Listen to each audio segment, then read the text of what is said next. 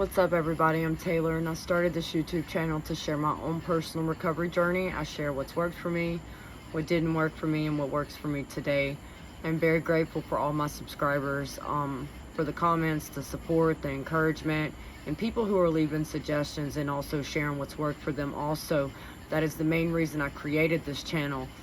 I provide free resources, information, and just lived experience in general.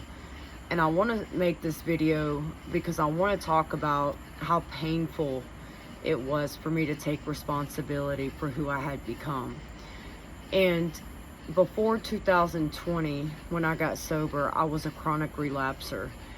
And the reason, looking where I am now, looking back and seeing that the reason is because it was so painful when I wasn't numbed out. It's like I was reliving my past, like the guilt, the shame, the inner critic, negative mind, addicted self, suffering self, whatever vocabulary term sits right with, the person watching this video, because there's so many different vocabulary words to describe exactly what I'm talking about.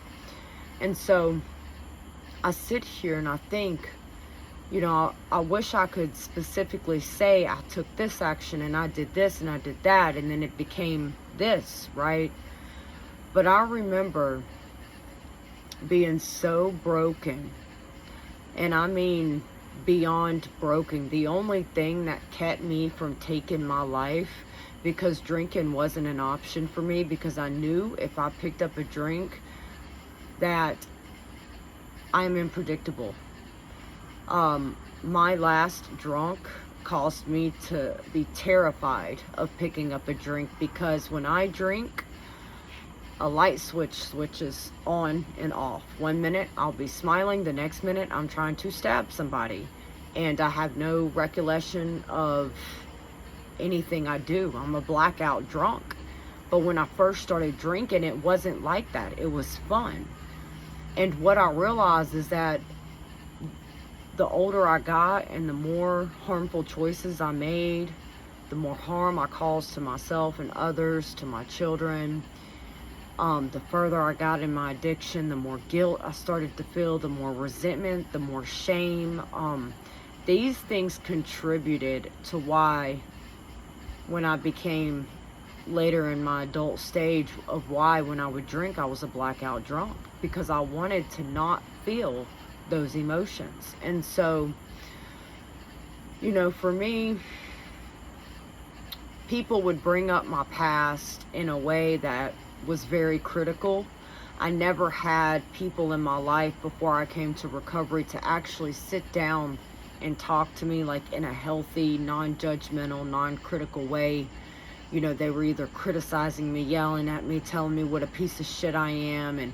And so recovery really gave me people who spoke to me in such a way that it actually got through to me. And I realized, looking back and having as much experience as I have with being in recovery, is that these people that would bring up my past in such a harmful, critical way, they were hurting themselves for the choices that I chose to make, which hurt them, right? So they didn't know how to cope with all that pain. So I don't blame anyone. I don't blame my childhood. I don't blame anyone, because everybody has their own way of processing pain. And I speak from my own personal experience. I grew up my entire life not knowing how to communicate when I was feeling unseen, unheard, misunderstood, or when I was being intentionally disrespected, or I was feeling hurt. I didn't know how to communicate my needs. I wasn't taught. I wasn't taught how to regulate my emotions, okay? So as an adult, and with being in recovery for 3 years, these are skills that I've had to work really hard to develop, which I still on a day-to-day basis have to maintain in order to keep developing it, because recovery doesn't stop. It's not, oh, I've worked steps 1 through 12, I'm done. Some people may do it, but that's not how my recovery works. I do more than 12-step programs. I do Refuge Recovery, Dharma Recovery, basically the same thing. I go to a couple Life Ring meetings every now and then. I do adult children's of alcoholics and dysfunctions every week. I have a sponsor for that. That sponsor is also in Emotions Anonymous. And I have a sponsor in Alcoholics Anonymous, and I'm active in service work in Alcoholics Anonymous, and I balance everything out. I've learned to utilize my calendar app, and I've learned to balance things out, and I know what I can handle and what I can't. But when I started recovery, I had zero balance, I had zero self-discipline, I had zero patience. A part of me knew that I was the problem. A part of me knew that I was responsible for the pain that I had caused myself and others. But it wasn't until I completed my 4th step in Alcoholics Anonymous, because there's something powerful and there's something diverse about it being in my head all the time, right? And then I write it on paper. Okay, now I see what I've done. But to actually speak it to another human being, it's a different level of processing, I feel like. And see, the thing with me is that usually in an in-person setting, because I do all my recovery stuff, majority of my recovery stuff through Zoom, in an in-person setting, you'll meet up with somebody and you'll read your entire 5th step in one sitting.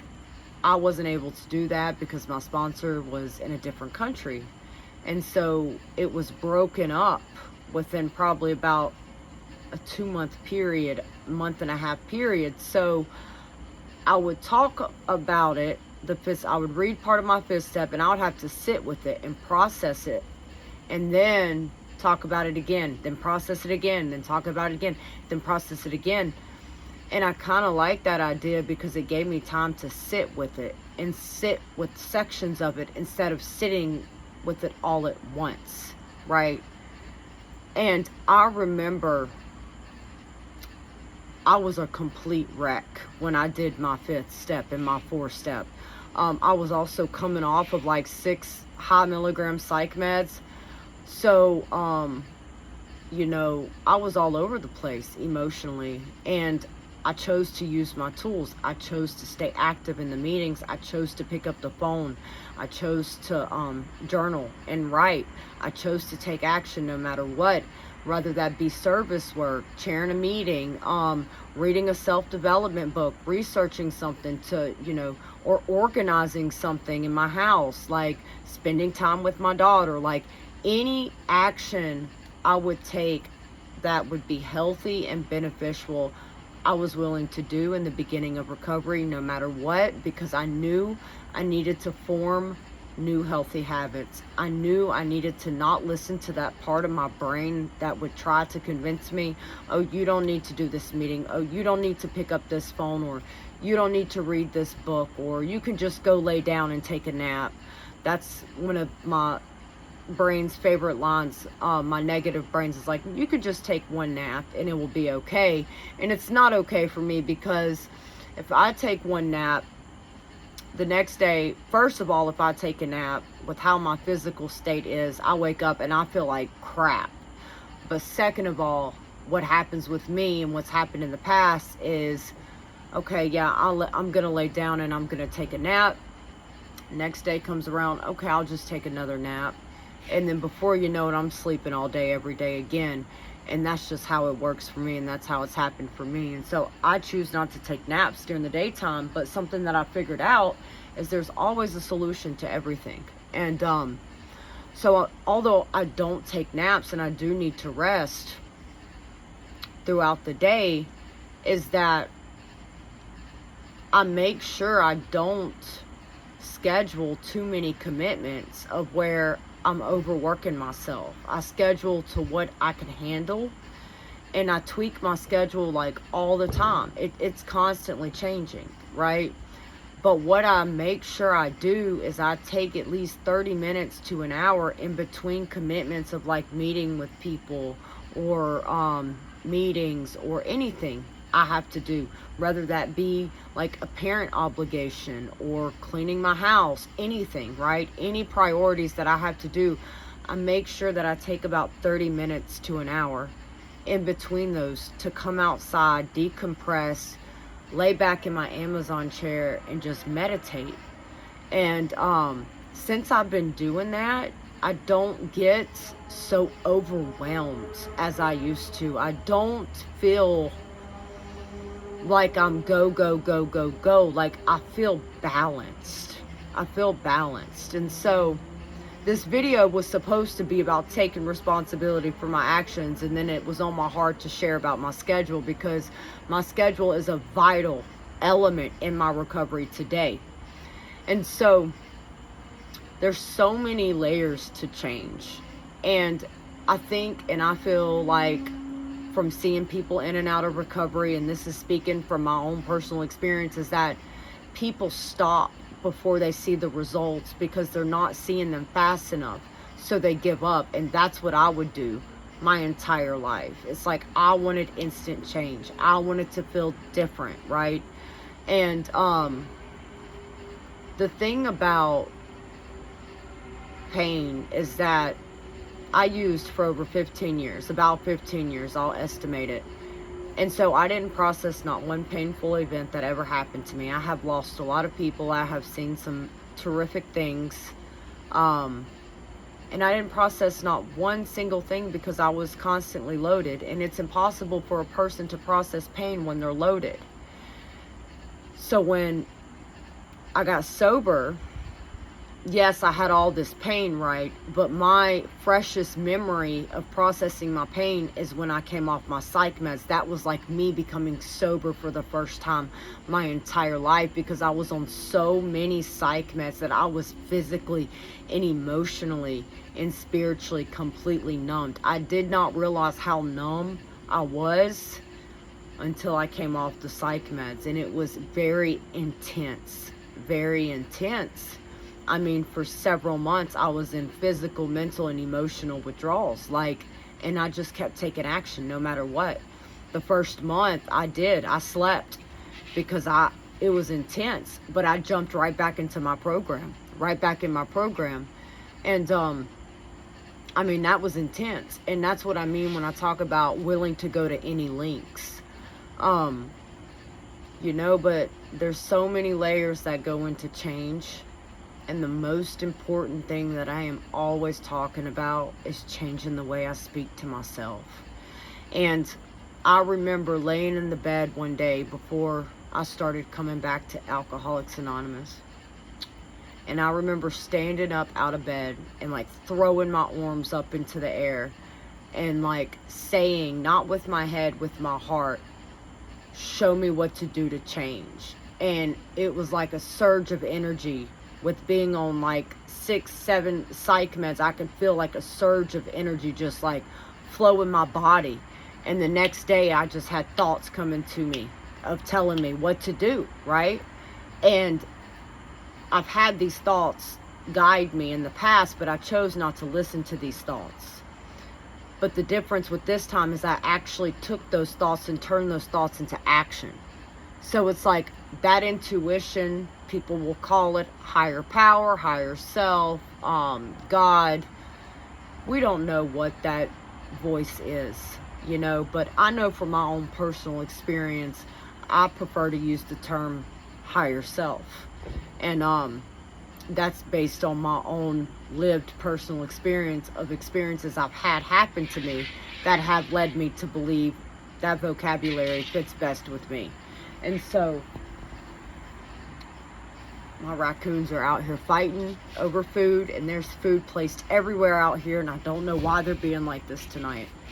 But anyways, I learned that when I'm in meditation, it didn't matter how much step work I did, it didn't matter how much self-reflection I did, finding out the root cause, why I react the way I act, the ACA work, the inner child work, inner teenager work, all the inner work, right? And I was doing all of this stuff, and I'm like, man, something's missing. something's missing. And it wasn't until I started meditation, and I speak a lot about meditation because it was a different chapter for me. It changed my life completely in ways that words can't even explain. And see, the thing is it also brought me to such a high level of self-awareness that it was actually kind of painful in itself. It was good, but it was also painful because I could see not only the dysfunction in myself more, but the dysfunction in other people, which was pretty hard and painful for me at a stage in my recovery. And so the thing is that the only way I've been able to process my pain from my past is in meditation. And it takes training, and it takes practice, and it takes repetition and action. And this isn't something where I just walked outside one night and I sat and I meditated. This was a very long, gradual process of where and when I was able to truly start processing things in meditation. And I see all these videos on YouTube. I'm not too big on TikTok, it's too popular, but and they just got so much misinformation out there. They've got so many people trying to sell this, trying to sell that, trying to make this look good, trying to make that look good. And it's really just as simple as walking outside, sitting in silence, and being with yourself in the present moment, focusing on your breath, relaxing into your body. And I like to focus on being grateful that my heart is beating, because there's been times that I can actually hear my heart beat. And that is all meditation is. It doesn't have to be fancy.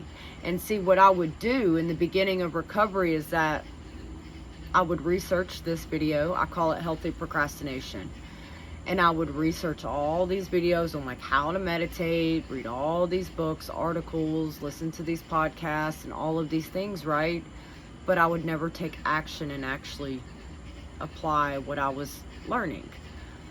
And it's scary, and it was really scary with me taking action. But it's hard to put into words an experience that is really hard to describe.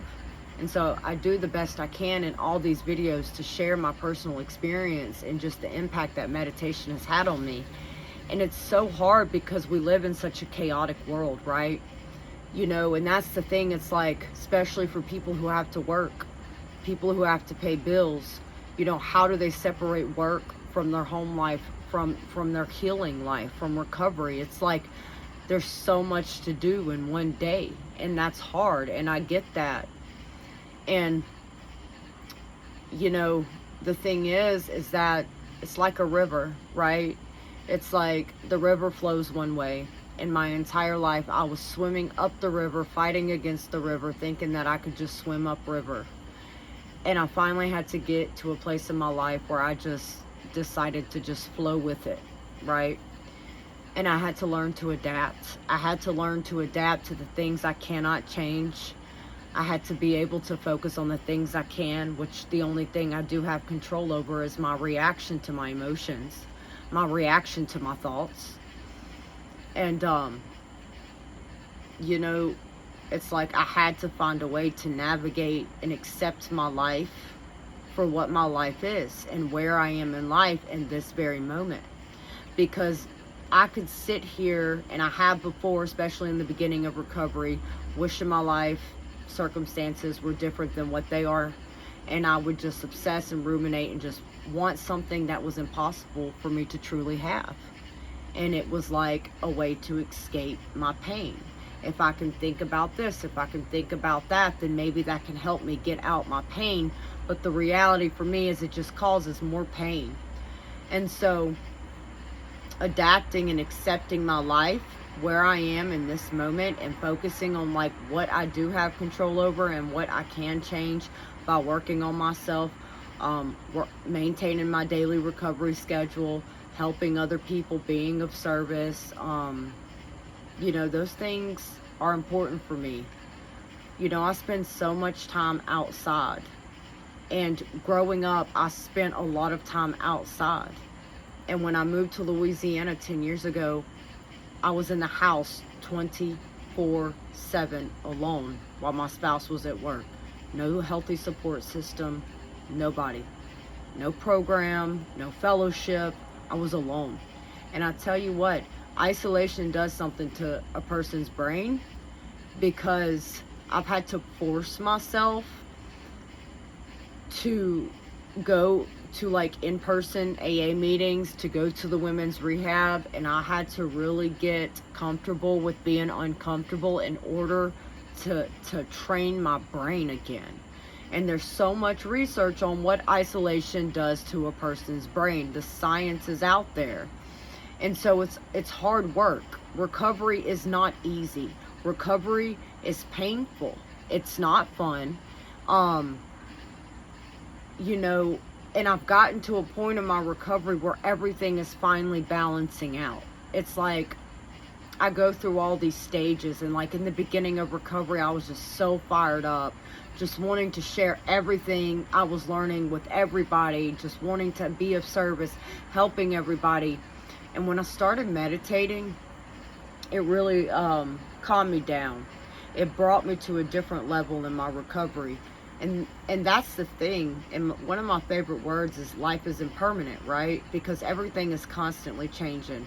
Our thoughts, our feelings, our emotions, our cells in our body, the wind, nature, everything, right? And I love that word, because like when things are going on in my life that I can't change, or I'm having a painful thought about something from my past, I tell myself this won't last forever. So my perspective towards pain has changed. And that was the problem. It was my mindset. And, you know, for me, all change is a change in the mindset, because our minds are powerful. If I'm constantly telling myself I can't, I won't, and I never will be, and I'm a piece of shit, and I'm not good enough, then why would I feel good enough, right? But if I'm constantly motivating myself, encouraging myself, telling myself I can, I will, I have, I am, and then I'm going to get to it. Then I'm going to make what I want to happen, happen. And so that is why in every single video I make, I speak about how critical self-talk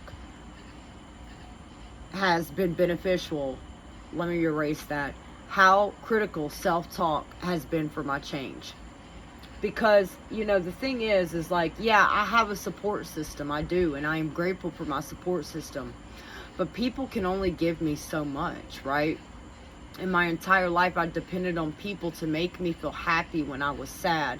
I needed people to make me feel loved, wanted, needed, secured, and safe. Because I didn't know how to give myself those things. So recovery has brought me towards a closeness and a connection towards myself that I didn't even think was possible. It brought me to realize that I came in this world alone, and I am going to die alone. The only person that truly knows me is myself.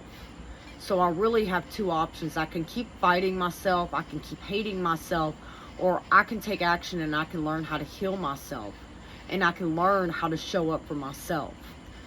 And that's what's gotten me to where I am today. And that's why I've created this channel from my heart, because I know what it's like to be stuck in an endless cycle of suffering and pain. And it's not fun, is it? It's not fun.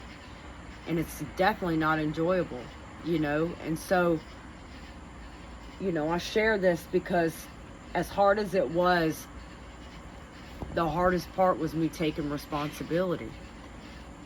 And not just taking responsibility, but grieving that, processing that. And the only way that I have been able to process that is to cry when I feel that pressure in my chest, and not numb out or take a pill or push it down, to actually allow myself to feel that pain without judgment, without criticism. And to, while I'm feeling the pain, I tell myself, I forgive you, Taylor. It's okay. It's in the past. Yes, I take responsibility for that. But I can feel this pain and let it just be pain. I don't have to internalize it or ruminate or obsess or turn it into something that it doesn't have to be. and it's my choice. And that took a lot of healing. That took a lot of building a solid foundation. That took a lot of meditation. That took a lot of work. It didn't just happen overnight, and that's my point. And so I hope this video can be beneficial to somebody, because the most important thing is that I had to process my emotions, and I had to allow myself to feel the pain that I had pushed down and pushed down and pushed down my entire life, because it wasn't going away. What alcohol and drugs did and psych meds did, it coated that pain, and it made me unaware of the pain, but the pain in itself was still stored in my body. And so I had to release that pain. And there's so many different ways I'll share real quick that what I do to help me cope with pain is, you know, I journal. I use my voice recorder app on my journal app. I go to the sauna like 3 or 4 times a week. And I love that. And, you know, I'm of service. I self-reflect on how I'm feeling. I make sure I stay in tune and like in touch with my emotions. I meditate. I take pauses all throughout the day to connect to myself. I speak to myself with love, empathy, and compassion. Let's see here. What else? Positive self-talk. You know, acknowledging my pain. Acknowledging and surrendering and accepting my pain, and not fighting against it, and not wishing that it wouldn't be there, because it's there. So me wishing that it wasn't there is the definition of insanity. So it might feel scary, and for me it was scary, because my brain would try to convince me that it was just going to be some like catastrophe if I faced myself, right? Like there's no way I would be able to deal with the pain, right? But I was living that pain every single day anyways. So what's the difference? So I hope this video can help someone else towards their own path of recovery, their own path towards healing, because that was my intention of creating this channel, is to help others who suffer.